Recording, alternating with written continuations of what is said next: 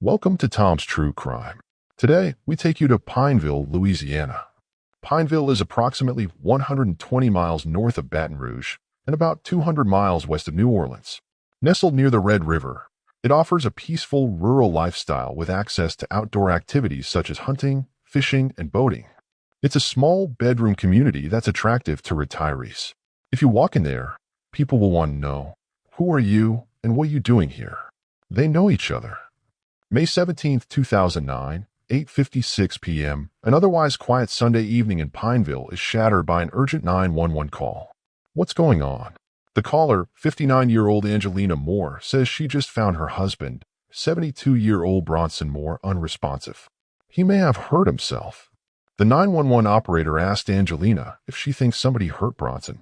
Angelina said she does not know. Moments later, first responders arrive at the home and meet Angelina. It was a two-story house.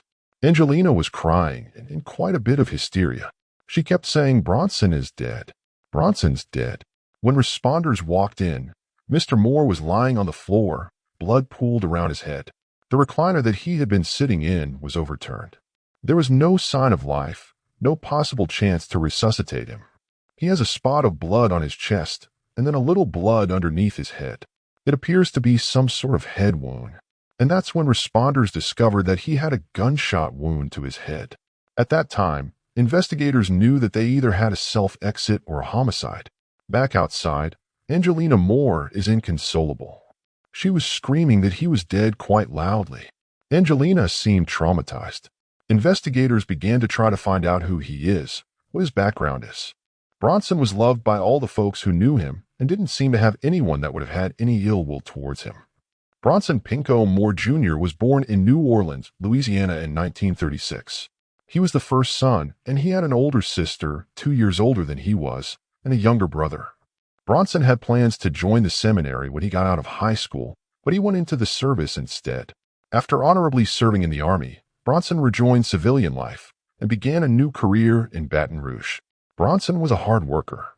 He worked as a salesman for several years for a construction company. He eventually got so good at it that he opened his own construction company. Bronson loved people, and he entertained his customers whenever they would come to town. Bronson got married in 1961, and he and his wife had 2 boys. He wanted to be there for his boys. He took them on camping trips. But after more than 20 years together, Bronson and his wife ended their relationship in 1982. They divorced eventually and went their separate ways. In 1991, Bronson crossed paths with Angelina Pittman. They met at a party at a friend's apartment and found they had some things in common. Angelina was born in 1949 in Portland, Oregon. Angelina's first 2 marriages didn't work out, but they did produce a son and daughter. Angelina more or less supported her family and her children. The other great passion in Angelina's life was her arts and crafts and sewing. She belonged to a sewing group, and she was the leader. They would get together and attend fairs regularly. It was after Angelina's kids were grown up and on their own that she met Bronson Moore. Although he was 13 years her senior, Angelina was drawn to Bronson's laid-back nature. He was a quiet, peaceful person. He never made waves. He was never angry. He was a quiet, gentle man. After 6 years together, they tied the knot in 1996, and then Bronson retired in 2001. The couple sought a more peaceful life, leaving behind the hustle and bustle of Baton Rouge for the quiet calm of Pineville. He moved there to retire in the water to where he could fish every day and just a real laid-back lifestyle. 52-year-old Angelina wasn't quite ready for the life of a retiree, so she got a job at Joann's. Everybody there was crazy about her. She was very cheerful, happy, always looking on the bright side of things no matter what. Angelina stayed active in her sewing group and kept busy with work, but she missed the energy of the city.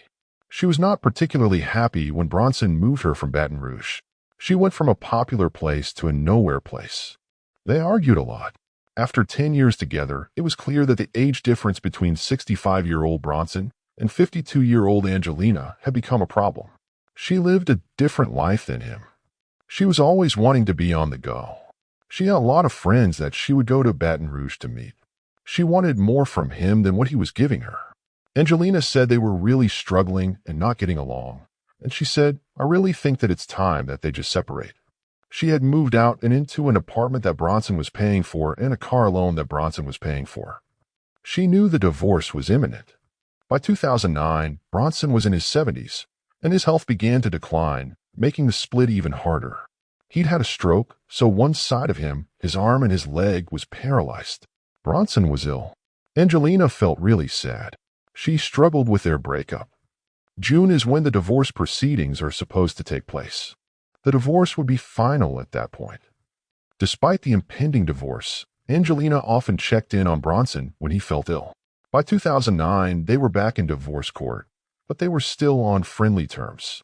The couple seemed to be adjusting to this new chapter of life, until the devastating night when Angelina discovers Bronson dead inside the home they once shared. Angelina said she had just returned from Baton Rouge and dropped her friends off and then come back to the house. She had called him earlier in the week to see if he would watch her dog while she went out of town to a craft convention. Bronson loved animals, and he wasn't going to say no. He kept the dog. After 4 days in Baton Rouge, Angelina stopped by the house to pick up her dog. When she got there, she said the door was unlocked and the lights were off, and she discovered him on the floor. Angelina says that lately, Bronson had been depressed. There was some suggestion that he was in some poor health, didn't leave his house much any longer, and so there was certainly some possibility that it was a self-exit. A deputy escorts Angelina to the sheriff's department for a formal interview, while authorities begin to process the scene for evidence. Typically, if somebody were to shoot themselves, the gun falls in very close proximity. Police had moved the body to make sure the gun hadn't fallen inside the chair. They couldn't find a weapon. That's when they knew they were working a homicide. The homicide investigation for the death of Bronson Moore is underway after his wife, Angelina, found him dead inside his home from a gunshot wound. Whoever did it left something behind. There was a shell casing found, a 9mm casing. A spent shell casing can give you lots of other leads. It can be used to match a particular gun. Investigators didn't see any damage on the door. It was not forced open, kicked in, and none of the windows were broken. His wallet with quite a bit of cash in it was not taken. It did not appear to anyone that it had been a robbery or a burglary. Either Bronson let someone into his home or the front door was unlocked. Maybe it was someone he knew because he appeared to be sitting in his chair when he was shot, so he was comfortable. Investigators have some knowledge of a timeline and a time frame of death based on a state of rigor mortis. Now they have a narrow window of a couple hours that they are looking at. Investigators look to Bronson's distressed wife, Angelina, for answers, and she pulls herself together to assist. Angelina, hysterical at the scene, had become quiet and low-key at the police interview. Angelina says she and Bronson had a friendly relationship, even though they are getting divorced.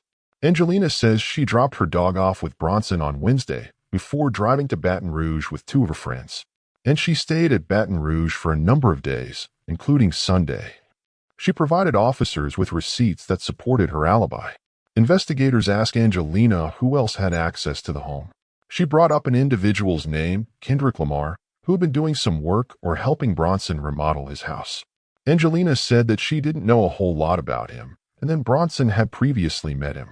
She was giving investigators an idea that there is somebody else out there that would have access to the house. There was some indication that he had been to the house a number of times. He certainly would have been someone that would have been welcome into the house. So the police certainly weren't going to ignore that as a possibility. Investigators then asked if Angelina owns a gun. She said that she had a 9mm Ruger that she had bought from her boss where she works. Her boss happened to have an extra handgun. Angelina claimed to need the gun for personal protection. There was a shell casing that was recovered at the scene, and the shell casing was a 9mm. Investigators tell Angelina they will need her to turn over the weapon. She agrees. She signed a consent to search, and she told them where the gun was located, in an apartment on a stand next to her bed. Deputies accompany Angelina to her apartment. When they went into her house and did the search, the weapon was not where it was kept. She last seen her gun, she said, on Thursday before she left to go out of town. Police began searching the other areas of the apartment to make sure it wasn't misplaced. And then Angelina claimed that the weapon had been stolen. There's no forced entry to her apartment. She told them that nobody else had a key. So then the only person who might otherwise have a key to her apartment would then be the apartment managers or the maintenance man. With no sign of a break-in, Investigators believe it's plausible that someone with access to Angelina's home may have taken the gun. Before investigators wrap up with Angelina, she also gives them Lamar's number. But when they call, it goes to voicemail. So they don't discount the possibility that it's the maintenance man or Mr. Lemar, but by that point, the fact that this gun is not there, that she has said was there, places her under more suspicion. Despite their doubts, authorities continue trying to find Kendrick and ID the apartment maintenance man. Meanwhile, they get the autopsy results. The autopsy revealed a gunshot wound to the head as the cause of death. They were also able to identify probable time of death. Between the time he was killed and the time he was found, probably 4 or 5 hours. So the murder took place on Sunday after 12:30. The finding bolsters Angelina's alibi. She and the ladies were in the process of driving home during the time frame in which Bronson would have been killed. It would have been hard for her to leave her friends, come down here, commit the crime, and then go back before her friends would miss her. Investigators head back to Bronson's house, where crime technicians have been processing the home through the night. They have made an important find. Bronson's journal. The final entry details a visit from handyman Kendrick Lemar. They found some evidence in Mr. Moore's journals that indicated that Mr. Lemar had been there the day before, which was Saturday. Investigators learn that someone they've been wanting to talk to is asking to speak to them. When they step outside the home, they find Kendrick Lemar himself. Kendrick came down, and he wanted to know what happened. Kendrick Lemar said that the last time he had seen Mr. Moore was the Friday before his death. He had done some repair work. He had gone over to Mr. Moore's house to clean some fish. But according to Bronson's journal, Kendrick was at the house on Saturday. The police confronted Kendrick with that discrepancy. They said to him, "We have caught you in a lie. Now tell us the truth." Kendrick referred to him having some memory issues. He said he was there on Friday, and for a different purpose. He just forgot he had been there on Saturday. That's his story. Officials asked Kendrick where he was during the time frame the murder took place. His story was, on Sunday, he went fishing with a friend. Investigators allow Kendrick to leave with the understanding that they will be following up on his alibi. His alibi was he was fishing with a friend. Well, they talked to the friend. The friend confirmed that. Turns out, Kendrick Lemar was not physically in the area. He had an alibi witness that ruled him out. A few hours later, just as officials are wrapping up, another man asks to speak with them. Barry Kogan, who says, "I think that I saw something that might be important." Mr. Kogan had related to investigators that he'd been fishing there the day before on Sunday, and in the later part of the morning, early part of the afternoon, that he had seen a fellow driving a car, a Ford Taurus, that kept showing up in that area. There's almost no traffic out there, so it's very unusual on a Sunday to see this car driving by the same location time and time again. This car would pull up into Bronson Moore's driveway and leave. Barry says that afternoon, the car pulled into the driveway one last time. The man driving the car got out and went up to the Bronson house and knocked on the door. Shortly after, the same car pulled up next to Barry Kogan. He stopped and asked Barry how the fishing was. Barry told him it was not good. Barry said he felt the man didn't seem right. He made Barry feel nervous. The mystery man would not look him in the eye when he was talking to him. He was about 5'10" and looked like a biker. Police thought that was definitely a good tip. They were getting a little closer. 2 days into the investigation of Bronson Moore's murder, a witness named Barry Kogan tells authorities he saw a mysterious man at Bronson's home around the time of the killing. Barry described the man as a white male, 40s to 50s, and heavy thick mustache. Kind of average height, average build, wearing a baseball cap and sunglasses. Finding the man in the Ford Taurus becomes top priority. This is a huge tip for investigators. The activity that this person was doing did not seem to fit anything other than being involved in this homicide. Barry Kogan was willing to get with a forensic artist and develop a sketch based upon his memory of what the individual looked like. They put out the information to the surrounding areas, being on the lookout for anything with this guy's possible description in the Ford Taurus. Although Bronson's wife Angelina has an airtight alibi, there is a loose end from her interview, still nagging at investigators. She had owned a weapon of the same caliber that was used to kill Bronson Moore, her estranged husband. Angelina told police that she had purchased a handgun from her boss at Joann's. Authorities questioned Angelina's boss about the gun. He said yes, in fact he did sell a 9mm to Angelina. He even showed investigators a bill of sale that was dated March 2009. He had not only sold the gun to Angelina, he loaded it with 10 rounds of ammunition. He had a box that he kept with the remaining 40 shells. They compared it, and it was the same manufacturer, 9mm, that was found at the scene. Investigators were shocked. By that point, the police realized she could not have been the shooter. But they certainly believe that she's being deceptive. Angelina's alibi is she was there at that convention in Baton Rouge. This is not something that can be disputed.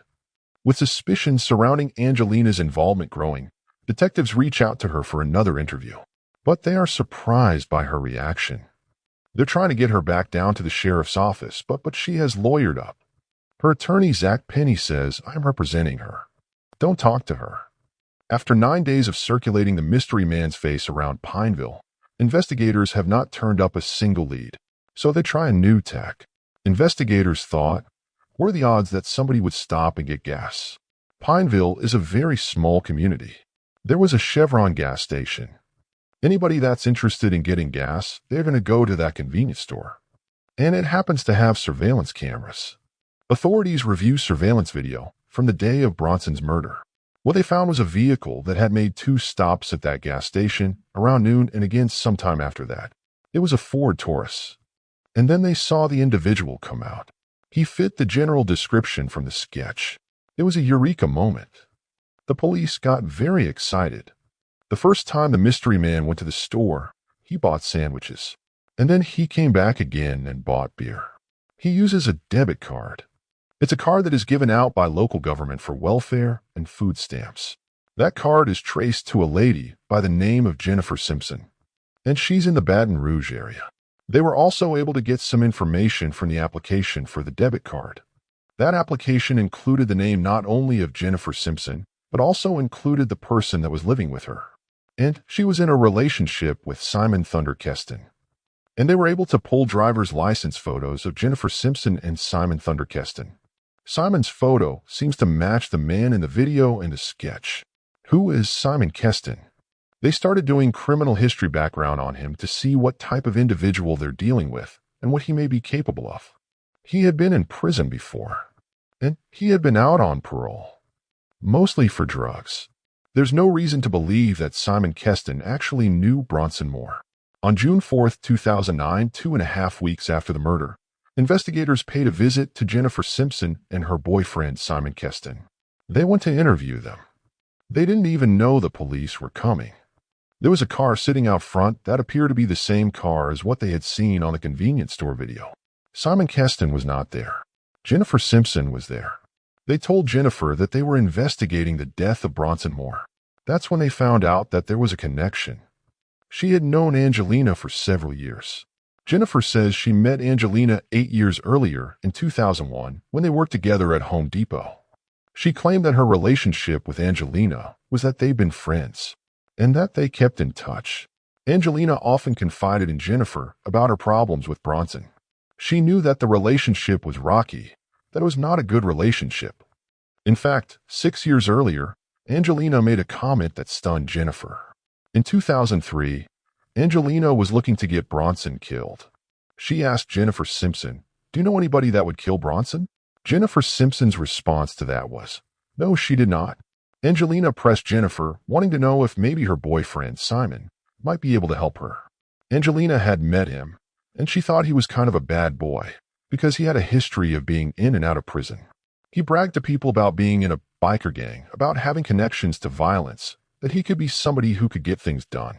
Angelina thought he may know somebody to actually kill Bronson for her. Jennifer played it off as, "I didn't think she was serious. She didn't really mean it" type of deal. Jennifer was adamant that she doesn't know anything about the murder. When police confronted her with the fact that her car had been seen in Pineville, she admitted that she had let Simon take her car and drive it that day. To her knowledge, Simon Kestan had used her vehicle for work purposes on that Sunday. As investigators wrap up with Jennifer, Simon Kestan returns home. He agrees to go to a nearby sheriff's station for questioning. Investigators ask Simon, "Did you know about Bronson being murdered?" He said, "No, I didn't know anything about him." Police then showed him a copy of the artist's sketch, and Simon appeared shocked.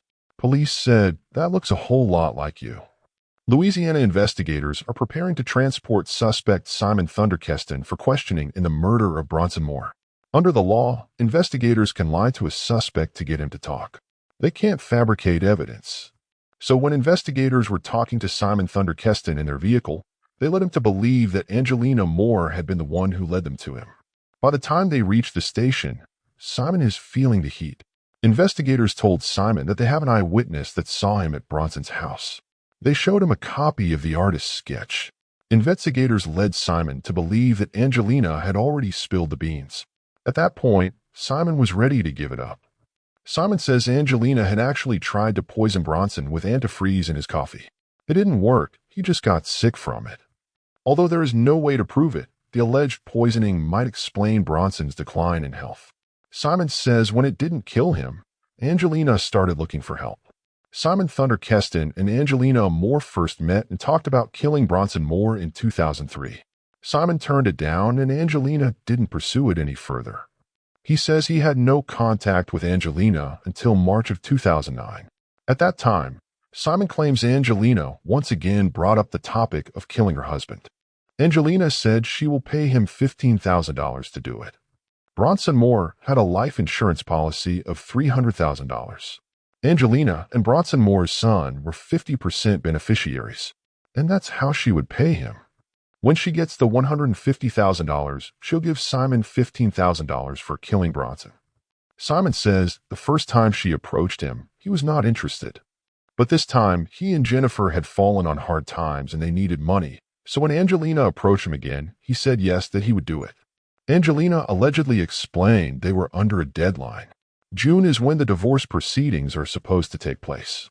Once the divorce is finalized, she would no longer be a beneficiary of the insurance policy. She needed the job to be done before the divorce proceeding took place. Simon says 2 weeks later, he met Angelina in person to discuss the details. He claims Angelina proposed he kill Bronson while she was at an upcoming craft convention in Baton Rouge. Simon Thunder Kestan was to go to the hotel where she was staying that weekend, pick up a copy of the key to her apartment she had made for him, then head to the apartment to retrieve her 9mm gun. It was loaded and ready. She was well prepared. Simon picked the gun up at 3:30 on Sunday morning. He then drove to Bronson's house. Posing as a stranger looking for a good fishing spot in the area, Simon approached Bronson's home. Simon chatted with Bronson, and then he asked him if he could use his bathroom. Simon went to the bathroom, and when he came back, he had the 9mm pistol. Bronson was sitting in his lounge chair, with his back to him. Simon proceeded to shoot him directly in the head, execution style. Simon left the house. As he was leaving, he ran into Barry Kogan. He spoke with Barry Kogan to feel out if he had heard the gunshot. Then Simon called Angelina. He told her that it was done. Angelina then asked Simon how her dog was. Simon then got rid of the gun. He got rid of the barrel and then got rid of the pistol. He wore latex gloves. He went back home to Jennifer, who knows nothing about the plot. Police got a signed confession from Simon Kestan on the murder. They got a probable cause affidavit and the arrest warrant for Angelina Moore. Police went to Joanne's where Angelina was working and arrested her in front of everyone, co-workers and customers. Everyone there was shocked. Angelina refuses to give a statement. When authorities search her purse, her habit of keeping receipts comes back to haunt her. She had a receipt for the key being made at Walmart, which ultimately they knew was the key that she gave to Simon Kestan to gain access to get the gun to commit the murder. So everything started coming together at that point. Angelina Moore planned the murder, and Simon Kestan carried it out.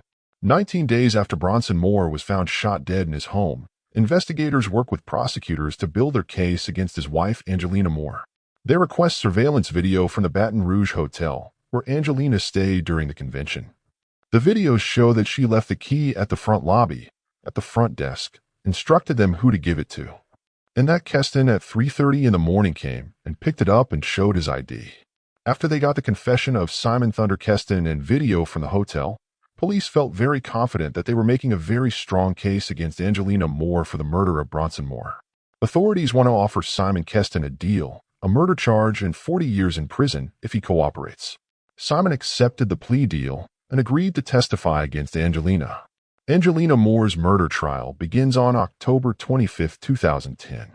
Prosecutors argue that Angelina was motivated by one thing and one thing only: money. What finally made Angelina snap was the fact that the divorce was starting to come to a head, and that Bronson was cutting her off financially. The credit cards had been run up. He finally cut her off the credit cards. He also planned to stop paying for her apartment and her car loan. She was not going to be able to survive without his help. Knowing she was going to be cut off soon, prosecutors believe Angelina became desperate to change her fate. At trial, Simon Kestan said that Angelina had told him that she tried to kill Bronson herself by poisoning him. They were never able to really confirm that that had happened, but it lined up with the timeline of Bronson Moore's health issues. She was getting desperate, and she knew that Bronson had an insurance policy. In a surprise twist, prosecutors reveal that Bronson had already taken action to make sure Angelina would not get the insurance money. Bronson had changed the beneficiary on his life insurance policy. Angelina was no longer a beneficiary. She was not in the will. She was not going to get the house. She was not going to get the money. The irony of the whole thing is that she would not have gotten anything from murdering Bronson Moore. Angelina's confessed co-conspirator, Simon Kestan, testifies against her, but Angelina's defense attempts to turn the prosecution's star witness into a liability. Simon Kestan is a criminal who confessed to being the person who shot Bronson Moore. In contrast, Angelina has never been in trouble. She is a churchgoer. She is not somebody who would ever commit this kind of crime. They attempted to show that Simon Thunder Kestan was a liar. The jury deliberates for just over an hour before returning with a verdict. The jury finds her guilty of capital murder and was sentenced to life without the possibility of parole. She will die in prison. People often who think they are really smart and that they are going to commit the perfect homicide. Bronson Moore was a beloved retiree, living the dream. He could fish every day and just enjoy a laid-back lifestyle. He loved his children. His family takes comfort in the thought that Bronson is in heaven with his other brother and having a ball. Thank you for joining us on this episode of Tom's True Crime. If you are interested in more in-depth investigations into the most perplexing crimes, be sure to like and subscribe to our channel. What are your thoughts about this case? Please share them with us in the comments below. Until next time, stay safe.